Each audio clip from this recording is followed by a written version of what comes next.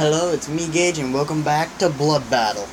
Today we have two nighttime killers ready to throw down. Let's meet the combatants, shall we?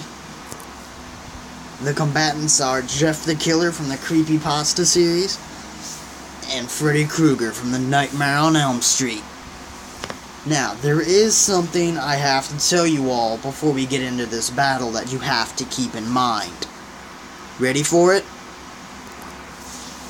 This fight will only be in the real world, not the dream realm. Now I know what you're wondering, well, why not the dream realm? Isn't that giving Freddy a huge handicap? Trust me, it just makes sense that Jeff would not be fighting Freddy in the dream realm. It just wouldn't make sense. Fighting the real world is the only way this makes sense. You'll see what I mean when we get into Jeff's abilities.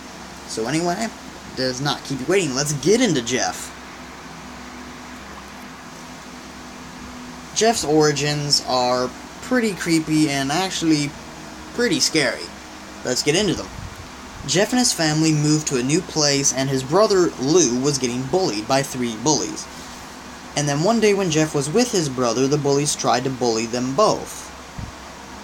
But then Jeff beat up all 3 of them so bad that Lou had to go to juvie for what Jeff did. Yeah, Jeff beat them that bad. But then Jeff realized he liked hurting people. Then he was at a party when the 3 bullies showed up with guns wanting to beat Jeff to a pulp for beating them up. So the main bully started beating Jeff. Then he hit Jeff with an alcohol bottle, and then Jeff snapped and beat the bully savagely. And I mean savagely. Then the other 2 tried to shoot at Jeff, but Jeff ran upstairs. Long story short, he beat them to a pulp too. Then the 3rd bully, because they both had bleach on them, and Jeff had alcohol, he lit a match and lit them both on fire, trying to kill Jeff, but Jeff survived.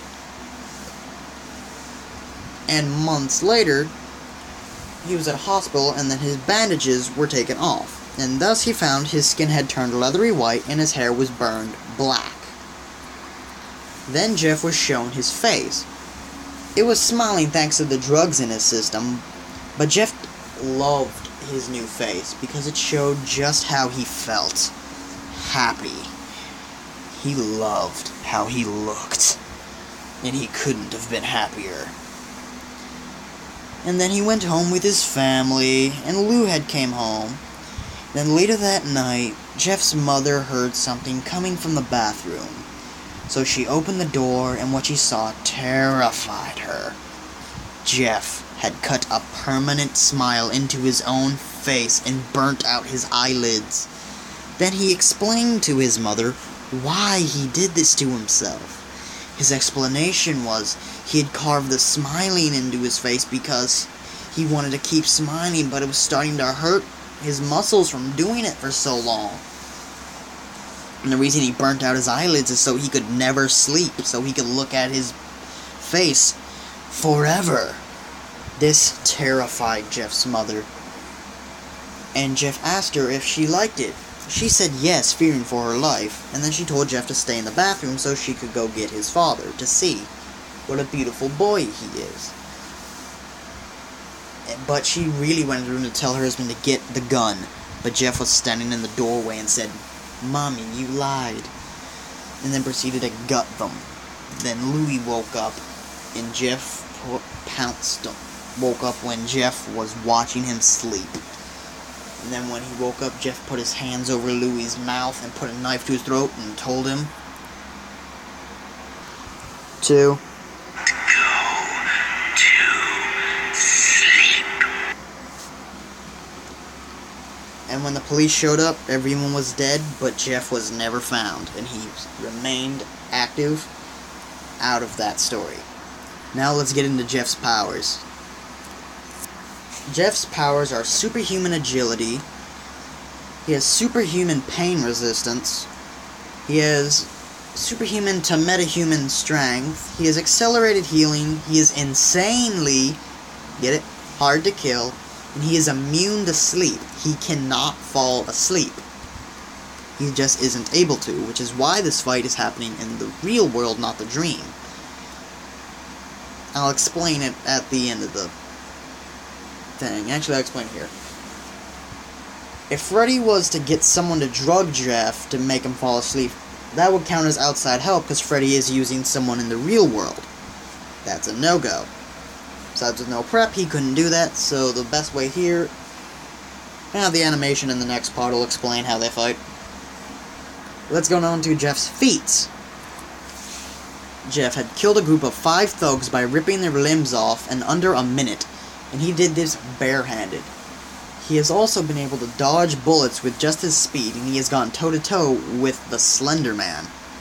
Which, if you know Slenderman's powers and feats, is no easy task. He is great at stealth despite his bright clothing, and he has been able to throw his knife with deadly accuracy. He has survived getting impaled multiple times and even disemboweled, and has survived massive blood loss. And he can survive getting shot no problem. Now let's get into his weaknesses. Jeff has one big weakness. He is super ultra mega insane. This dude is so crazy, he'd be willing to fight God just because he would want to. The guy, he's smart, he is, but he's just so insane. He'll go up against no matter the odds. And he hurts himself for fun. And his bright clothing makes stealth hard, but he manages to do it somehow. Now anyway, let's get into Freddy Krueger.